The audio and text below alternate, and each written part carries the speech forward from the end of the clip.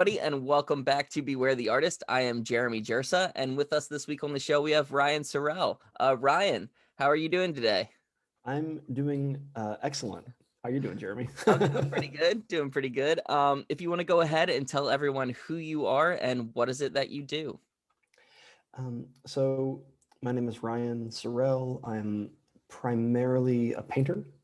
I have a pretty intensive drawing practice, but that isn't something that always makes it out into the world. It's more kind of a back end thing.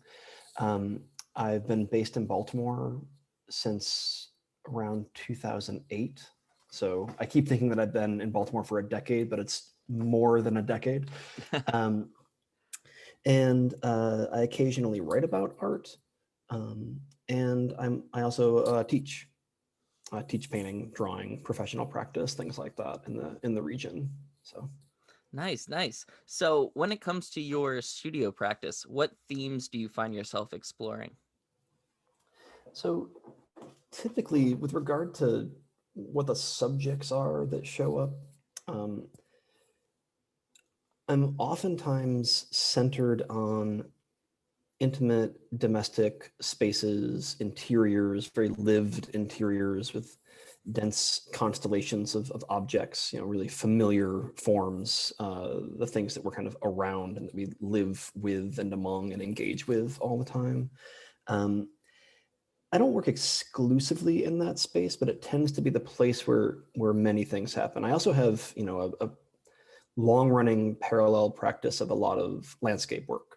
And that's actually something that probably no coincidence with the way things have been this past year, that in my drawings and even some pastel work that kind of cropped up, and a lot of oil paintings. There's been a lot more landscape. In that landscape space, it's still always really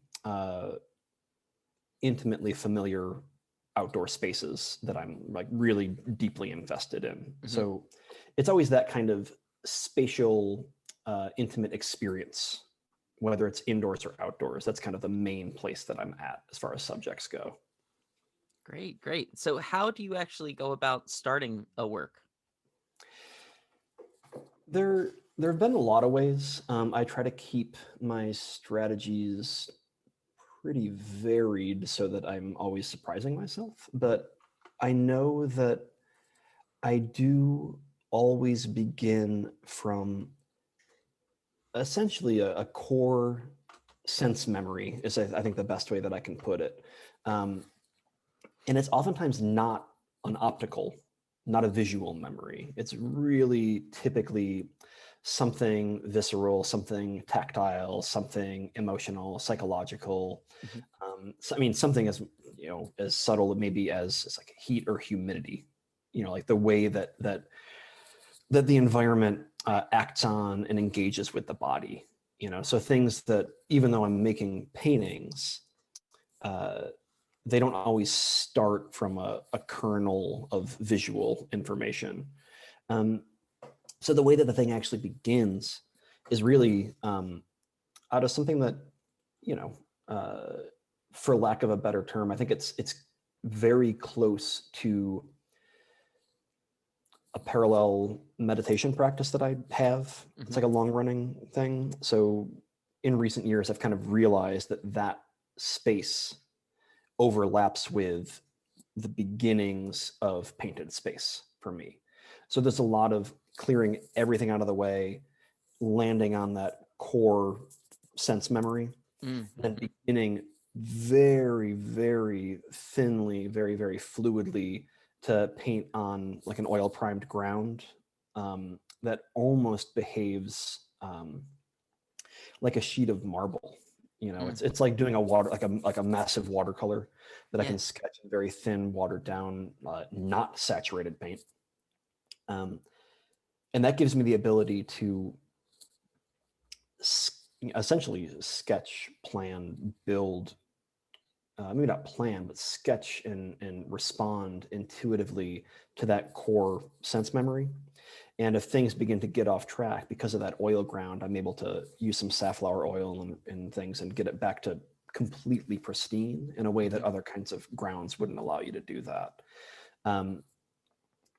So yeah, they begin that way. One thing I would say is they never really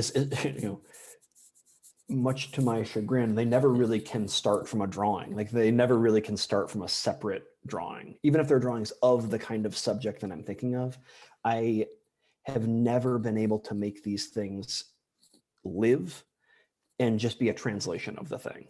Gotcha. Yeah. And that's So the thing that's been super frustrating to me.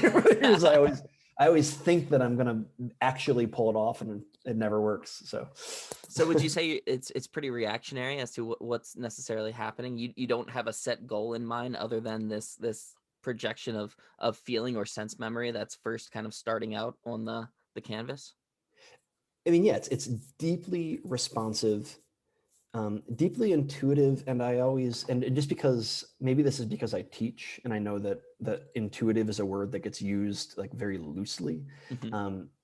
but I was an improvising musician for a long time, um, and the kind of responsive, intuitive process that I'm referring to when painting Hmm. really is kind of like a live improvisatory space where in this case we maybe have a little bit of ability to go backwards slightly, Right. um, but for the most part it's kind of tumbling forward and trying to control and steer this avalanche to make sure that nothing gets too kind of too watered down. Hmm. It really is always kind of stepping back and saying, not so much, does it look this way or look that way? Should this get larger or smaller? More often it's really, does this resonate true to what the initial intention was for the piece? And not that Interesting. that Yeah. intention can't modify as the thing grows and hopefully becomes richer, um, but that I'm pretty rigorous with what passes and what doesn't make the cut. You know what I mean? Yeah.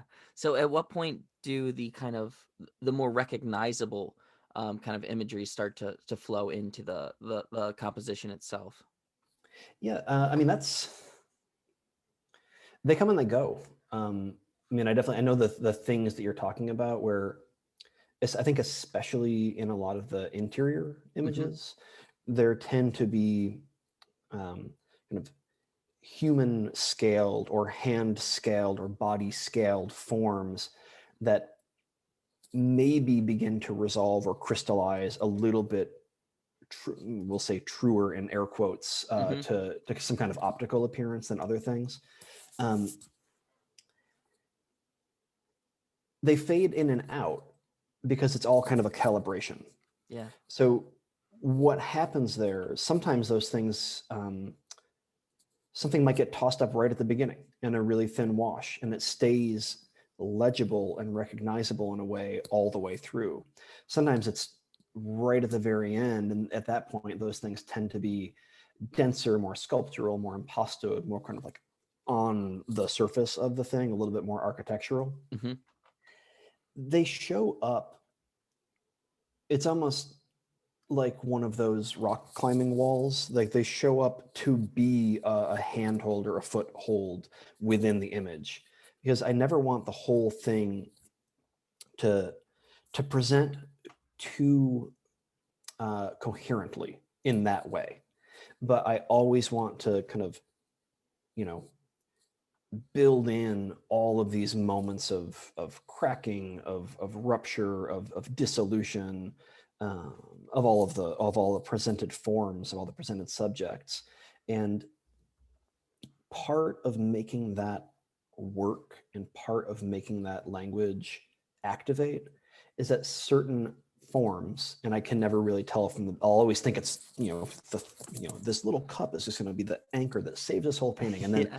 it's always a thing that, 90% of the way through, I realize I have to obliterate that entirely. Mhm. Then everything kind of exhales and relaxes and does its thing. Um, so it's still, like I was saying earlier, it is always that responsiveness to what that individual element does in the overall orchestration of the thing. Yeah. So I wish like I'm sure most painters wish that we could project a little bit further down the line and know which things to hold on to. But so, there's every one of those paintings for the most part has, 5, 10, 15 takes underneath it in different ways. So Yeah, I totally feel that. One thing I like to tell my students is that, we tend to look at the artwork that is up in the gallery, the artwork that is put out on the world, if it's on the artist website, whatever, but we don't necessarily see the multiple iterations of that piece and how it came to fruition, and to reiterate the process of actually working. And that, I feel like that's where most of the joy of painting actually comes into it, through that process and through that translation, that the thinking on the actual canvas itself. So you started to speak a little bit before about a parallel kind of meditative practice. In terms of your studio practice, what's actually happening in the studio when you're working? Do you have music playing? Do you have incense burning? Is there Netflix in the background? What's that about? um, I, there's no incense burning, and there's no Netflix, there's no podcasts or narratives or things like that. It tends to swap back and forth between as silent as possible or as neutral of white noise as possible. I have this, like ancient 200-pound box fan that's all metal. They don't make them anymore because I'm sure it's horribly dangerous. But it's an amazing white noise machine. So I need either the most dense blanket of silence or white noise, or incredibly loud music in my headphones. And yeah, it tends to have to be in headphones. I can't have any kind of like constraint or thing like that when I'm moving around. And really, as a painting or a body of paintings progresses, the range of the songs tends to pare down, and then even a particular song will become an aspect of the whole dance with the making of the thing. So that's another thing that kind of that shows up. That's that is related to different kinds of much more physical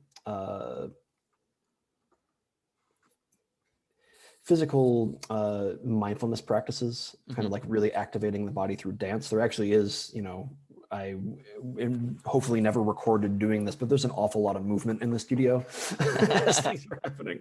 So one thing I want to talk about is, and you started to touch on it a little bit before, is just the quality of paint within your paintings. Someone might even call them a painter's painting, due to just the kind of the washes, and then the lushness of the paint, and just the physicality, but yet the control as well through the execution of that brush. Can you speak a little bit to your relationship with the surface and these layers? yeah, I love the material. I love what it can do, and really what it can do to make us question our application of kind of stabilized language on top of forms, on top of images.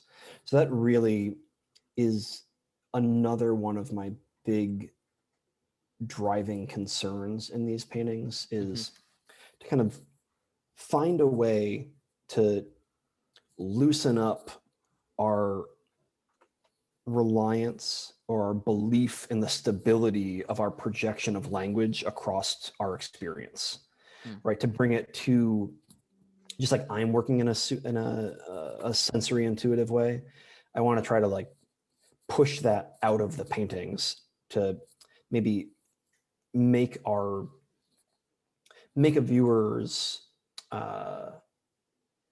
awareness of their body and space a little bit more intensified in a sense, and kind of push away some of the language that numbs that a little bit. And that all meets up with the handling that you're talking about, right? Those are the reasons where I might think that it makes sense to lay something down with 3 or 4 washes all on top of one another. And then I realize, well, that I did that because I think I probably was guided more by it would look nice, and I've got to get rid of that and replace it with the thing that it really needs.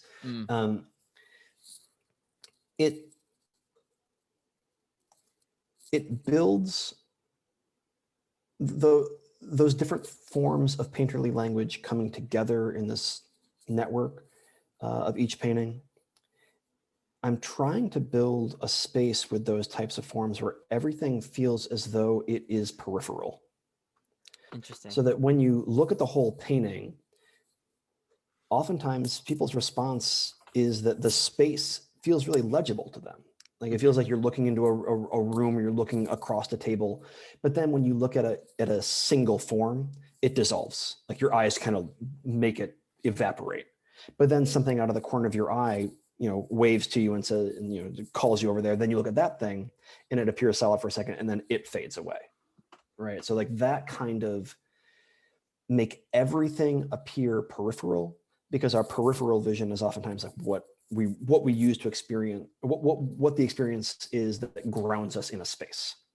So that was an idea that I had, years ago, an awakening to the crucial nature of peripherality in making an image.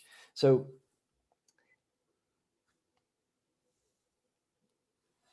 the different handlings work to that end. I tend to work really fluidly, very, stages and stages of building up a painting, because I'm not trying to do, I'm trying to do lots and lots of glazes to get these luminous kind of backlit colors.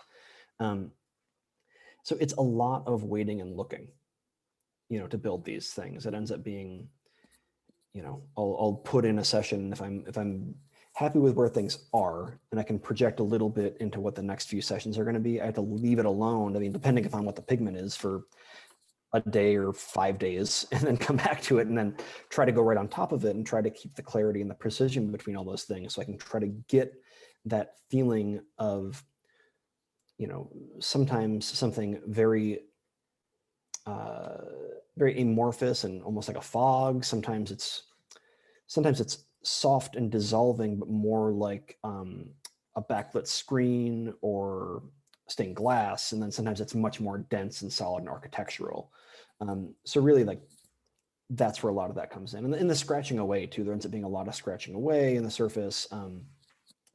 And whether something is fully scraped away, whether it's kind of just incised in with the back of the brush, or an X-Acto, or a bunch of the little tools that I have in the studio, a lot of it is always trying to get the form, get the marks to occupy multiple spaces simultaneously, if that makes sense. So it can feel like, totally does. Yeah. Even if it's an image of a singular space, right?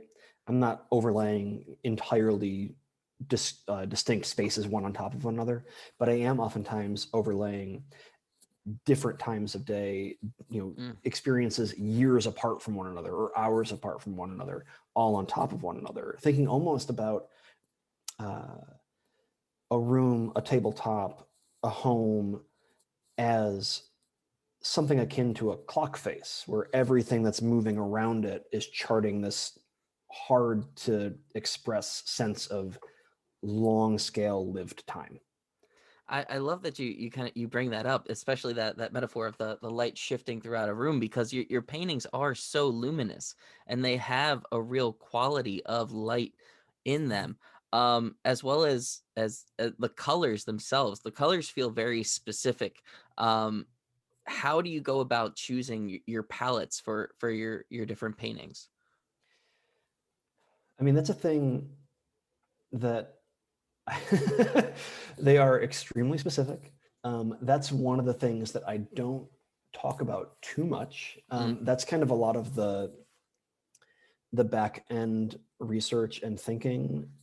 I get an idea of the basic kind of harmonic that's going to be established of these things, the kind of like color chord that's going to be struck. Right. But again, it's always responsive to what's happening once things are up there. It's always trying to trust more an action and dialogue in the moment between me and what's happening on the surface, rather than thinking that there ought to be anything overly preconceived and simply just executed on the surface.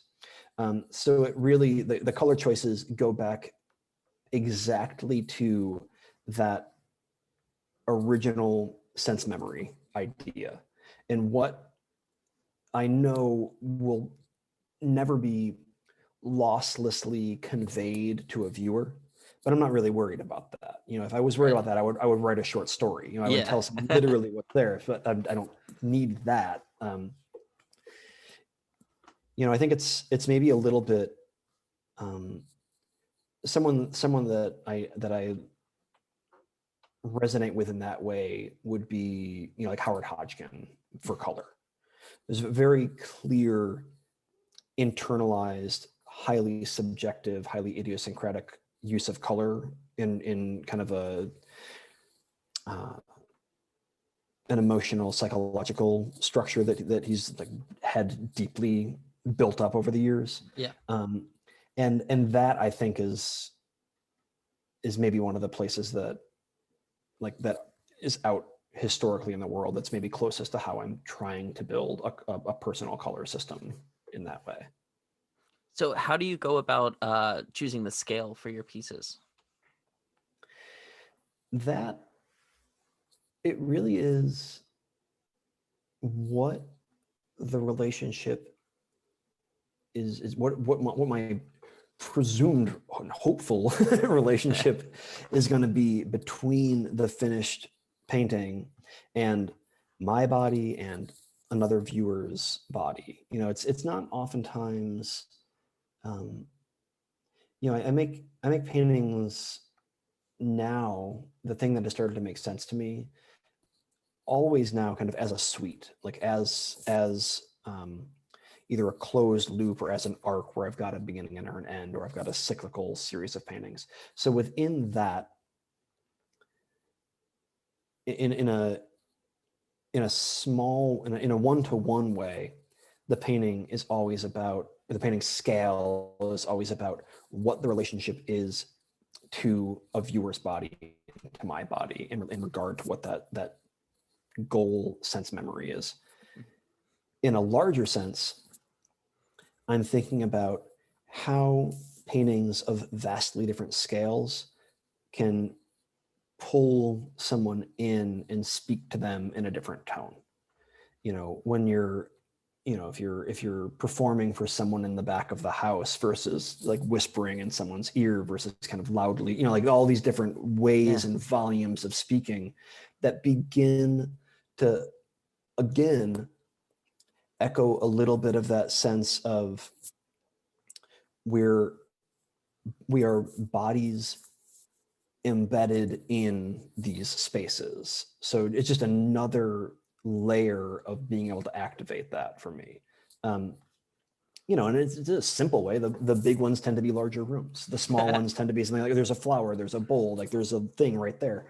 And the things inside, each of these spaces in the paintings tend to be something like,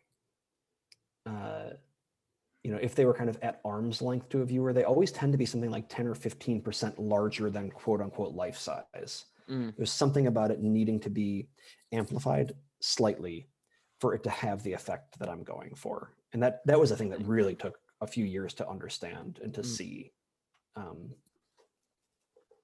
Now, what is it about the intimate spaces that you find so fascinating? I mean, there's so many things. Being able to be in dialogue with the history of that, being able to use the objects and the surfaces that are deeply familiar to me, and to cast them almost as actors or performers in a way, to really find an immeasurable amount of time and space in the ordinary. You know, I am not gonna probably ever be super invested in making any kind of grand scale, you know, history painting or like social commentary. You know, that's just unfortunate. Like, I love those things. Yeah. I'm not gonna be able. It isn't in my language. My language is really, what can I do with the ordinary that's so ordinary that it's deeply mundane? Because I look at that and I think that that is the overwhelming majority of our lives, is those things. Yeah. And if I can find within those forms a way to make that enriched, to make that strange, to make that to question the knowability of it, you know, to make it slippery, right? To make it strange, so that we can question something at every level. If, you know, part of it, I think, is showing the opportunities that we have to question even the smallest thing, and that you can scale that up, hopefully, to much, much higher levels. But I'm not interested in making a terribly didactic painting. You know, I'm not trying to hit somebody over the head in any way. And I found that if I explore other subjects, that the resonance of the type of painting I'm going after falls away a little bit. You know, you can't do that and get up. I haven't been able to do that and get you know, a deeply recognizable portrait in any way that I've been interested in the result. Right. You know, it always involves a real large amount of trimming away. So, you know, we occasionally get figures and occupants in some of these paintings, but I've never been able yet to push it further than that with specificity and still be happy with what the original goal is, unfortunately. And that's a challenge that I have set for myself, is to figure out another way to go and to bring that kind of thing in there, for sure. But I keep going there and then having to do a lot of wiping out. So another question that I have for you, it seems as though there's a lot of push and pull within the work, within the studio process itself. How long do these paintings tend to kind of sit, or kind of, you know, exist while you're working on another painting, or kind of coming back into it, before they kind of take on that finished area? When do they become finished? How long is that process?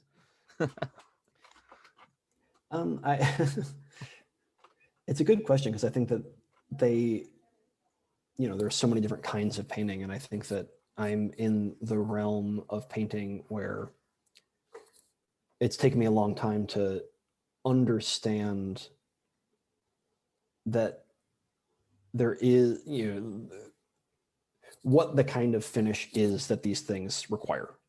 That took a long time to land on. A really, I would say a very generalized average, just because I compulsively document things, and now it's lovely to have a timestamp of every single image and every single state of every image. There's no hard, fast rule, but an awful lot of the paintings that I am most happy with oddly take about 2 weeks. Okay. And I've found in the last few years that I actually ought not to work on more than one painting at a time. Interesting. Which was one of those realizations when something clicks and you say, oh yeah, this works so much better. And then the other side of that is, damn it, now I can only work on one thing at a time. So I've been doing a lot more drawing, and that's kind of freed up this whole other aspect of my practice in the studio. Because I typically have done a lot of drawing at home. Yeah. And then keep my painting down to the studio. But another, I've got plenty of paintings that are single shot paintings. I got plenty of paintings that took 6 or 8 months that you just keep being revisited and revisited and revisited. And all of them skirt that tricky place because of how they're made, when I run the risk of just pushing it too far and overdoing it and making it too present, making everything plain and apparent. Because there's always this concern with a form of legibility, right? And when you're engaged with this kind of dissolution and a little bit of removing of language, there's still just culturally this internal pressure to make legible. Yeah. Right. Yeah. So it's kind of in there. Sometimes it's useful as like a counterbalance, but when it gets towards the end, sometimes it's really that's where it maybe gets the riskiest, because I have the most that maybe can't be reclaimed. That's where some of those things take 8 months, because I make a really confident and really terrible choice 7 months in, and then in wiping it out or painting over it, I've lost the 6 months of really useful stuff underneath. I can relate to that. I've definitely been there. One of my favorite quotes from you that I found was that color and rhythm are developed in ways that keep the image from becoming too cohesive and legible. And I think that's just so beautiful, because as I look at your work, there are moments where it feels as though it's almost kind of two strokes before just kind of completely imploding in a really beautiful way. Before it either goes too far, or there's a kind of collapsing of space, but yet there's this deepness. And I really love those moments. Thank you. I appreciate it. I think that's, like you mentioned before, kind of painter paintings, I so deeply enjoy that kind of thing. And I think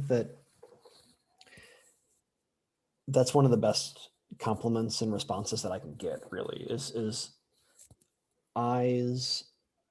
I think my first audience is other painters. I definitely have had really great conversations with people that know very little about painting, and they get the things that are happening. But the best conversations I have are really, I'm singing to the other painters for sure. Like absolutely. And in doing so, it is really always kind of, how precarious can I make this thing and still be doing it? Right. Yeah. And it's not, I don't know, like I'm not trying to, it's the way of having fun with something that's very, very serious, I think. It's a way of keeping it open. Yeah. And it's something that over the years I've found I would just finish things. I would just overdo and finish everything for years. And I remember in grad school, Arnold Kemp talking to me. I was doing these like big 7 by 8 foot paintings and things, and he observed that in some ways maybe my natural medium is actually watercolor. Because of the directness, because of the fluidity, because of the control, uncontrol, the way that time shows up in watercolor versus a lot of other types of painting, the deliberateness of watercolor also, in its relation to ground, its relation to luminosity. And I do love watercolor. And I make a lot of watercolor. I enjoy working on paper immensely. but in some ways you could definitely think about these things as just large, like they're kind of hybridized, almost watercolor technique with oil paint on a big scale. Yeah, I can totally see that. And I think that there definitely are some people who have noticed that and asked about that, and I think that that's one of the ways that I found to keep the things alive, to keep the things breathing, and not that that's, everyone's got their own internal goals for their work. Mhm. And you've got all the meaning and the content stuff that you talk about, but really when the thing is happening, if I can get the thing to sing with and maintain its light and get out of there without just treating it poorly and like harming it, I just want the thing to sing at the end, right? And then we can look back and say, okay, yeah, all the things that I typically aim for, they're there because they're subconscious. There's a great line from Neil Welliver where he talks about being out in the woods, obviously, all the time. And, he essentially, I'm paraphrasing, but he says, you're not doing something profound when you're making the work. The work may be about and resonate with all sorts of profound ideas, but I'm out here painting a landscape going, is this, is this, is that, is this, over and over and over again. Yeah. And then if you've internalized, enough of the important stuff, you've dropped those crumbs in all the way through, and that's kind of the thing that I've tried to get in those in some ways. I think Just that's a is great this, mode of thinking. I think that's it's a absolutely really brilliant. effective, Yeah. it's a really Neil Welliver's like not not terribly in fashion maybe ever but I've always had a really strong soft spot for Neil Welliver, and people don't look deeply into his practice, but he's like a bizarre process painter. He only used 8 pigments. He would start in the upper left corner and then only work to the right and down and get to the bottom and never rework a passage. That's wild. So their performances over Yeah. about 6 or 8 weeks. So that kind of stuff, I got really into that, and that's why he still resonates with me. But that idea of, we're making paintings. It's like, historically a huge ego trip to just be a painter all the time. Yeah. But to try in the process to lose or let go of all of that and to just be a vessel that tries to get these things up there without ruining them, and just being responsive to what the thing asks for. Speaking of artists that interest you or hold a soft place in your heart, what would, and I like to ask this question to everyone that's on the show, but what is one piece of art that you absolutely have to see or experience before you die? Man, I've gotten to see some really beautiful things. I mean, there are things that I have seen that are among my favorite things that just,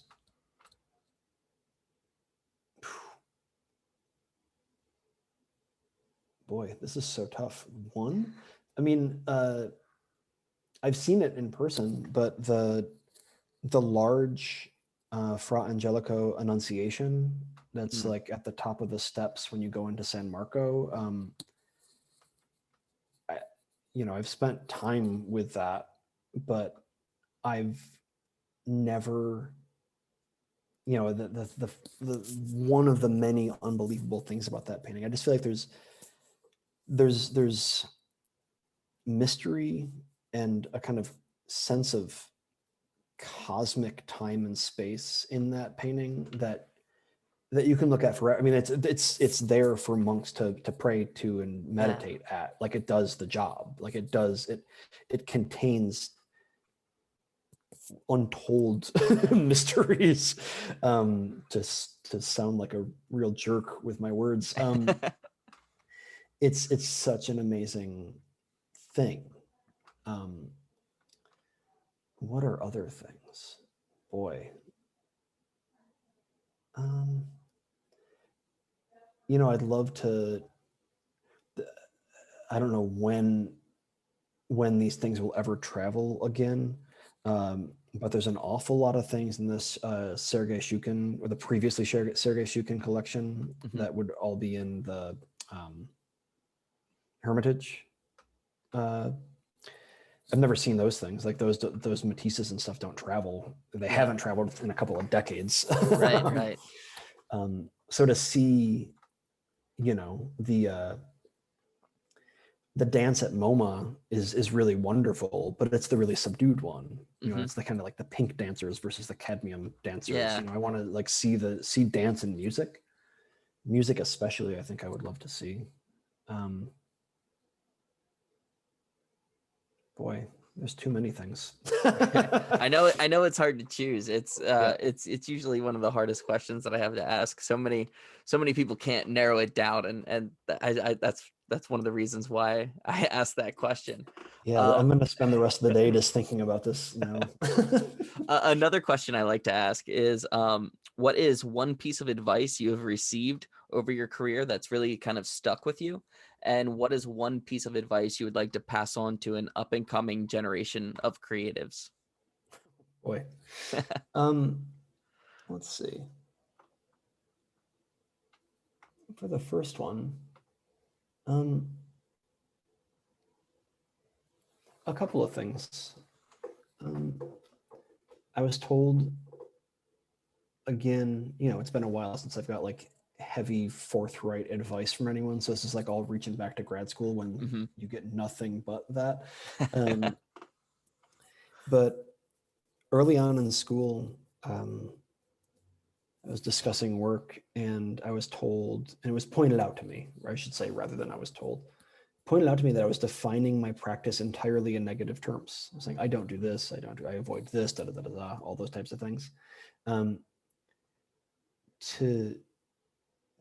To have that handed to you and realize that you've been not only really, you've been kind of defining something else, that you haven't been defining yourself, and you haven't been defining your work, and you haven't been defining yourself. So to define a practice in really intentional, generative, positive terms was a huge thing. And that might also just be maybe it's one and the same. That's also the advice for people. Another little bit of advice was the importance of, and this is maybe more important to a little bit earlier on, when maybe finding what your subject might be, like what are the core elements of your practice, but that moments of embarrassment should be like warning lights that say this is important. The idea that if the thing that you're presenting, if you don't feel some semblance of embarrassment, then it's probably in many ways because you're already really deeply familiar with seeing this sort of thing. And the embarrassment is the worry that not only do you not understand the thing, but if you don't understand it, what the hell are the odds that anyone is going to understand it? And then what's the response going to be? So to see that and embrace that sense of embarrassment, because then I started like looking at poetry and writing and things and thinking, oh, like these people are so much more forthright. I'm embarrassed about this, and there's so many people putting such more intense things out there. Like, I better ride this little bit of embarrassment and learn ways to kind of explode it and explore it and make it larger. So those were some really important things, and those are things that I pass on to students, and I think that those would be the big things that I would say to people. And don't worry at all about your work not kind of looking self-identical. don't worry about everything matching. Like God, just like get away from any kind of anxiety about that and let the things be themselves and just make enough, and then it will present the logic to you, right? Those are some big things that I would think of. I absolutely love that. I think that is great advice that I'm actually going to take myself. That moment of embarrassment, that's so true. And just hearing that, it just resonates so well. Well, Ryan, I think that is kind of the perfect place to wrap this up. So if people are looking for your work, where might they be able to find it? Oh, well, digitally, my website is just my name, ryansyrell.com. And same with Instagram. I'm really only on those two places. And I've got a show in October in Richmond with Page Bond Gallery coming up.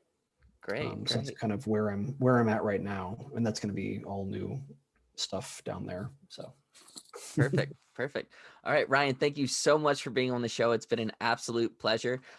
If you guys haven't seen Ryan's work, make sure to check it out and make sure to go see his show in October. All right. Once again, thank you for being on the show. Thank you, Jeremy. It's been a pleasure. All right. I will see you later.